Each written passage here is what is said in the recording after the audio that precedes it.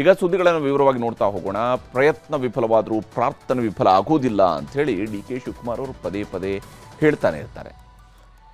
ಸಂಕ್ರಾಂತಿ ಮುಗಿತಾ ಇದ್ದಂತೆಯೇ ದೆಹಲಿಯಲ್ಲಿ ಇವತ್ತು ಕೇಂದ್ರದ ವರಿಷ್ಠ ನಾಯಕಗಳನ್ನು ಭೇಟಿಯಾಗಿದ್ದಾರೆ. ಅಸ್ಸಾಂ ಸೇರಿದಂತೆ 5 ರಾಜ್ಯಗಳ ವಿಧಾನಸಭಾ ಚುನಾವಣೆಗೆ ತಯಾರಿಯ ಜೊತೆಗೆ ರಾಜ್ಯ ರಾಜಕೀಯದ ಬಗ್ಗೆಯೂ ಕೂಡ ಅವರು ಪ್ರತ್ಯೇಕವಾಗಿ ಚರ್ಚೆ ನಡೆಸಿದ್ದಾರೆ ಅಂತ ಹೇಳಲಾಗಿದೆ. ಸಂಕ್ರಾಂತಿ ಸಿಹಿ ಸಿಗುತ್ತೆ ಅನ್ನುವಂತಹ ನಿರೀಕ್ಷೆಯಲ್ಲಿ ಶಿವಕುಮಾರ್ ಅವರ ಆಪ್ತರು ಇದ್ದರೆ, ಇತ್ತ ತುಮಕೂರಿನಲ್ಲಿ ಮುಖ್ಯಮಂತ್ರಿ ಸಿದ್ದರಾಮಯ್ಯನವರು ಮಾಜಿ ಸಚಿವ ರಾಜಣ್ಣ ಮನೆಯಲ್ಲಿ ನಾಟಿ ಕೋಳಿ ಊಟ ಮಾಡ್ತಾ ಮಾತುಕತೆ ನಡೆಸಿರೋದು ಪ್ರತಿಪಕ್ಷಗಳಿಗೂ ಕೂಡ ಆಹಾರವಾಗಿದೆ.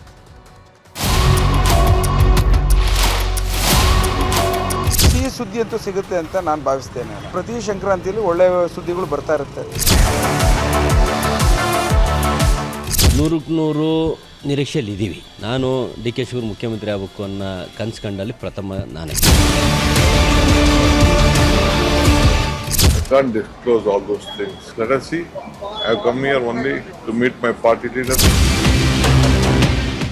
ಸಂಕ್ರಾಂತಿ ಹಬ್ಬ ಮುಗಿಯುತ್ತಿದ್ದಂತೆ ರಾಜ್ಯದಲ್ಲಿ ಮತ್ತೊಂದು ಸುತ್ತಿನ ರಾಜಕೀಯದ ಹಾವು ಏಣಿ ಆಟಕ್ಕೆ ದಾಳ ಉರುಳಿಸುವ ಕೆಲಸ ಶುರುವಾಗಿದೆ.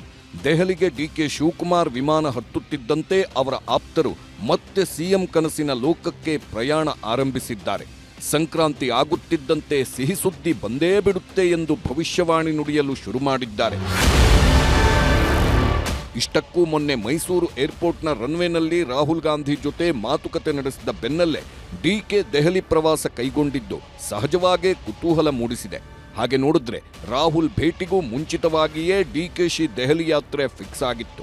ಇವತ್ತು ಅಸ್ಸಾಂ ವಿಧಾನಸಭಾ ಚುನಾವಣೆಗೆ ಸಂಬಂಧಿಸಿದ ಸಭೆ ದೆಹಲಿಯ ಇಂದಿರಾ ಭವನದಲ್ಲಿ ನಿಗದಿಯಾಗಿತ್ತು. ನಂತರ ಏಕಾಏಕಿ ಮಲ್ಲಿಕಾರ್ಜುನ್ ಖರ್ಗೆ ಅವರ ಮನೆಗೆ ಸಭೆ ಶಿಫ್ಟ್ ಆಗಿದ್ದೂ ಕೂಡ ಕುತೂಹಲಕ್ಕೆ ಎಡೆಮಾಡಿಕೊಟ್ಟಿತ್ತು. ಅದರಲ್ಲೂ ಅಸ್ಸಾಂ ಚುನಾವಣಾ ವೀಕ್ಷಕರ ಸಭೆಯ ಹೊತ್ತಲ್ಲೇ ರಾಹುಲ್ ಗಾಂಧಿ, ಕೆಸಿ ವೇಣುಗೋಪಾಲ್, ಮಲ್ಲಿಕಾರ್ಜುನ್ ಖರ್ಗೆ ಅವರ ಜೊತೆ ಡಿಕೆಶಿ ಕೂಡ ಬಂದಿದ್ರು. ಸಹಜವಾಗಿಯೇ ಎಲ್ಲರ ಕಣ್ಣು ಅತ್ತ ಬಿದ್ದಿತ್ತು. ಆದರೆ ಸಭೆಗೂ ಮುಂಚಿತವಾಗಿ ಮಾತಾಡಿದ್ದ ಡಿಕೆಶಿ ನನ್ನ ದೆಹಲಿ ಭೇಟಿ ವಿಚಾರದಲ್ಲಿ ಗೌಪ್ಯತೆ ಕಾಪಾಡಿಕೊಳ್ಳುವ ಪ್ರಯತ್ನ ಮಾಡಿದ್ರು. How can I disclose any plan? Always politics will be discussed and it is not in a public affair. Anything is there, our in-charge General Secretaries will be there. They will tell what is their plan. Sir, recently you met Rahul Gandhi. Was there any discussion regarding the CM post? I can't disclose all those things. It is not a public issue to be discussed. It is between me and the party high command and my chief minister. Sir, will you meeting the Congress high command in this visit? Let us see. I have come here only to meet my party leader. Delhi ಭೇಟಿ ಮೀಟಿಂಗ್ಗಳ ಬಗ್ಗೆ ಕುತೂಹಲ ಮೂಡಿರುವಾಗಲೇ ಡಿಕೆಶಿ ಆಪ್ತರು ಆಡಿರುವ ಮಾತುಗಳೂ ಸಹ ಪ್ರಸಕ್ತ ಬೆಳವಣಿಗೆಗಳ ಮೇಲೆ ಇನ್ನಷ್ಟು ರೋಚಕತೆ ಹೆಚ್ಚಿಸಿವೆ. ಮೊನ್ನೆ ಸಂಕ್ರಾಂತಿಗೂ ಹಿಂದಿನ ದಿನ ಡಿಕೆಶಿಗೆ ಸಂಕ್ರಾಂತಿ ಸಿಹಿ ಸಿಗುತ್ತೆ ಅಂದಿದ್ರು ಕುಣಿಗಲ್ ಶಾಸಕ ರಂಗನಾಥ್. ಇವತ್ತು ಇನ್ನೂ ಒಂದು ಹೆಜ್ಜೆ ಮುಂದೆ ಹೋಗಿರುವ ಚನ್ನಗಿರಿ ಶಾಸಕ ಬಸವರಾಜ ಶಿವಗಂಗಾ ಉಪಮುಖ್ಯಮಂತ್ರಿಗಳು ಮುಖ್ಯಮಂತ್ರಿ ಆಗೇ ಬಿಡ್ತಾರೆ ಎಂಬ ಧಾಟಿಯಲ್ಲಿ ಮಾತನಾಡಿದ್ರು. ಸಿಹಿ ಸುದ್ದಿ ಅಂತೂ ಸಿಗುತ್ತೆ ಅಂತ ನಾನು ಭಾವಿಸ್ತೇನೆ. ಅದ್ರ ಮೇಲೆ ನಾನು ಮಾತಾಡೋಂಥದ್ದು ನನಗೂ ಯಾವುದೇ ಹಕ್ಕಿಲ್ಲ ಅಂತ ಅನ್ಕೋತೀನಿ. ನಾನು ನಮ್ಮ ಭಾರತದ ಸಂಪ್ರದಾಯದ ಪ್ರಕಾರ ಪ್ರತಿ ಸಂಕ್ರಾಂತಿಯಲ್ಲಿ ಒಳ್ಳೆಯ ಸುದ್ದಿಗಳು ಬರ್ತಾ ಇರುತ್ತೆ. ಕಾಂಗ್ರೆಸ್ ಪಕ್ಷಕ್ಕೆ, ಕಾರ್ಯಕರ್ತರುಗಳಿಗೆ, ಶಾಸಕರಿಗೆ, ಸರ್ಕಾರಕ್ಕೆ ಎಲ್ಲದಕ್ಕೂ ಒಳ್ಳೆಯ ಸುದ್ದಿ ಬರುತ್ತೆ. ಸೂರ್ಯ ಪಥ ಬದಲಾವಣೆ ಆಗ್ತದೆ ಸಂಕ್ರಾಂತಿ, ಅದೇ ರೀತಿ ಪಥ ಬದಲಾವಣೆ ಸೂರ್ಯ ಆಯಿತು. ಅದೇ ರೀತಿ ನಮ್ಮ ಪಥ ಬದಲಾವಣೆಯೂ ಆಗಿದೆ.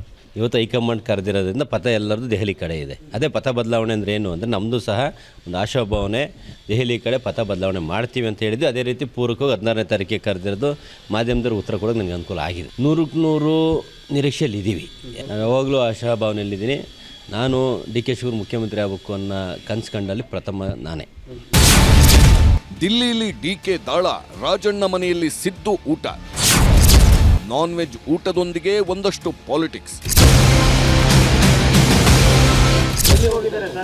ನಂಗೆ ಗೊತ್ತಿಲ್ಲಪ್ಪ. ನಾನು Number 1, Chief Minister who has completed more number of days. ಕ್ರಾಂತಿ ಇಲ್ಲ, ಪ್ರಾಂತಿ ಇಲ್ಲ. ಮುಖ್ಯಮಂತ್ರಿ ಕುರ್ಚಿದಲ್ಲಿ ಮಾನ್ಯ ಸಿದ್ದರಾಮಯ್ಯ ಅವರು ಕೂತಿದ್ದಾರೆ. ಕುರ್ಚಿ ಖಾಲಿ ಇಲ್ಲ. ಸಿಎಂ ಪಟ್ಟದ ಕನಸು ಕಾಣುತ್ತಿರುವ ಡಿಕೆ ಶಿವಕುಮಾರ್ ದೆಹಲಿಯಲ್ಲಿ ನಾನಾ ದಾಳ ಹೂಡುತ್ತಿರೋವಾಗಲೇ ಸಿಎಂ ಸಿದ್ದರಾಮಯ್ಯ ಆಪ್ತನ ಮನೆಯಲ್ಲಿ ಊಟಕ್ಕೆ ಕೂತಿದ್ರು. ಸಂಕ್ರಾಂತಿ ಮರುದಿನದ ನಾನ್ ವೆಜ್ ಊಟ ಮಾಡಿಕೊಂಡು ರಾಜ್ಯ ಒಲಿಂಪಿಕ್ಸ್ ಕ್ರೀಡಾಕೂಟ ಉದ್ಘಾಟನೆಗೆ ಸಿಎಂ ಹೋದ್ರು. ಅಲ್ಲಿ ಮಾತನಾಡಿದಾಗಲೂ ಕೂಡ ಊಟ ಚೆನ್ನಾಗಿತ್ತು ಅಂದಷ್ಟೇ ಹೇಳಿ ಹೋದ್ರು. ಸಂಪುಟಕ್ಕೆ ರಾಜಣ್ಣ ಸೇರಿಸಿಕೊಳ್ಳುವ ಬಗ್ಗೆ ಹೈಕಮಾಂಡ್ ತೀರ್ಮಾನ ಮಾಡುತ್ತೆ ಅಂದ್ರು. ನಾನ್ ವೆಜ್ ಊಟ ನನಗೆ ಹುಷಾರಿರಲಿಲ್ಲ, ಸೊ ಹಾಗಾಗಿ ಜ್ವರ ಇದ್ದದರಿಂದ ಬಾಯಿನೂ ಕೆಟ್ಟೋಗಿತ್ತು. ನಾನ್ ವೆಜ್ ಸಿಕ್ತಲ್ಲ, ಕೋಳಿ ಸಾರು, ಇಡ್ಲಿ, ಕಾಲು ಸೂಪು, ಆಮೇಲೆ ಎಂಥದ್ದು ಚಿಕನ್, ನಾಟಿ ಚಿಕನ್ ಇವೆಲ್ಲ ಇತ್ತು, ಚೆನ್ನಾಗಿತ್ತು. ನಂಗೆ ಗೊತ್ತಿಲ್ಲಪ್ಪ. ನಾನು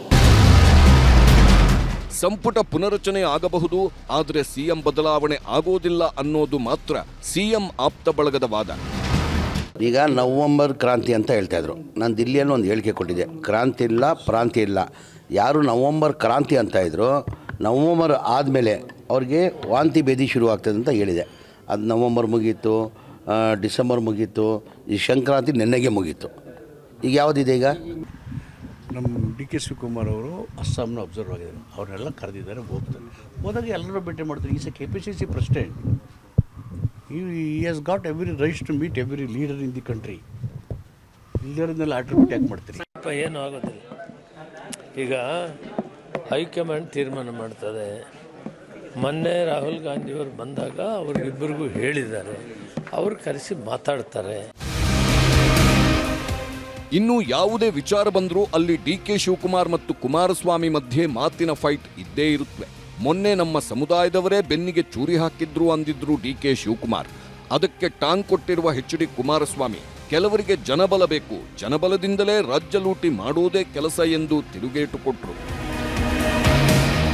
ನಮ್ ಸ್ವಂತ ಜನನೇ, ನಮ್ ಸ್ವಂತ ಜಾತಿಯವರೇ ನನ್ನ ದಿನ ಬೆಳಿಗ್ಗೆ ಟೀಕೆ ಮಾಡ್ತಾವ್ರೆ. ನಮ್ಗೆ ಸಿಕ್ಕಿಲ್ವಲ್ಲ, ಇವ್ ಸಿಗ್ತಾ ಇದ್ದಲ್ಲ, ಅದಾಯ್ತಲ್ಲ ಅಂತ ದಿನ ಹೊಸಗ್ತಾ ಇದ್ದಾರೆ, ಏನೇನೋ ಮಾಡ್ತಾ ಇದಾರೆ. ಏನೆಲ್ಲ ನನಗೆ ಆಗ್ತಾ ಇದಾರೆ, ಟಿವಿಗಳಲ್ಲಿ ಆಗ್ತಾ ಇದಾರೆ, ಇನ್ಸ್ಟಾಗ್ರಾಮ್ ಅಲ್ಲಿ ಆಗ್ತಾ ಇದಾರೆ, ಸೋಷಿಯಲ್ ಮೀಡಿಯಲ್ಲಿ ಆಗ್ತಾ ಇದಾರೆ. ನೀವು ನೋಡಿ, ನನಗೆ ಚಾಕ್ ಹೋಗ್ತಾವ್ರೆ. ಹಿಂದೆಯಿಂದನೂ ಚಾಕ್ ಆಗ್ತಾ ಇದಾರೆ, ಮುಂದೆಯಿಂದನೂ ಚಾಕ್ ಆಗ್ತಾ ಇದ್ದಾರೆ. ಕುಮಾರಸ್ವಾಮಿ ಬಂದು ಬಾಯಿ ಚಪ್ಲಿಕ್ ಮಾತಾಡಿದ್ದಾರೆ. ನಾನು ಬಾಯಿ ಚಪ್ಲಿಕ್ ಮಾತಾಡಲ್ಲ. ಯಾವ ರೀತಿ ಅಕ್ರಮವಾಗಿ ಸಂಪಾದನೆ ಮಾಡಬೇಕು, ಇದಕ್ಕೆ ಜನ ನಿಮಗೆ ಬೆಂಬಲ ಕೊಡ್ತಾರ? ನಿಮ್ದೊಂದು ರೀತಿ ಚಪ್ಪಲ, ನಂದೊಂದು ರೀತಿ ಚಪ್ಪಲ. ನಿಮ್ಗೆ ಹಣ ಮಾಡೋ ಚಪ್ಪಲ, ನನಗೆ ಜನ ಬೆಂಬಲ ಪಡೆಯೋ ಚಪ್ಪಲ.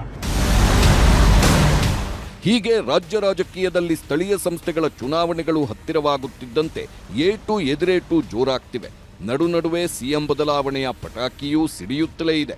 ಹೀಗಾಗಿ ರಾಜ್ಯದಲ್ಲಿ ಸುಗ್ಗಿ ಹಬ್ಬದ ಜೊತೆಗೆ ರಾಜಕೀಯದ ಸುಗ್ಗಿಯೂ ಎಗ್ಗಿಲ್ಲದೆ ಸಾಗುತ್ತಿದೆ. Bureau report, news 18.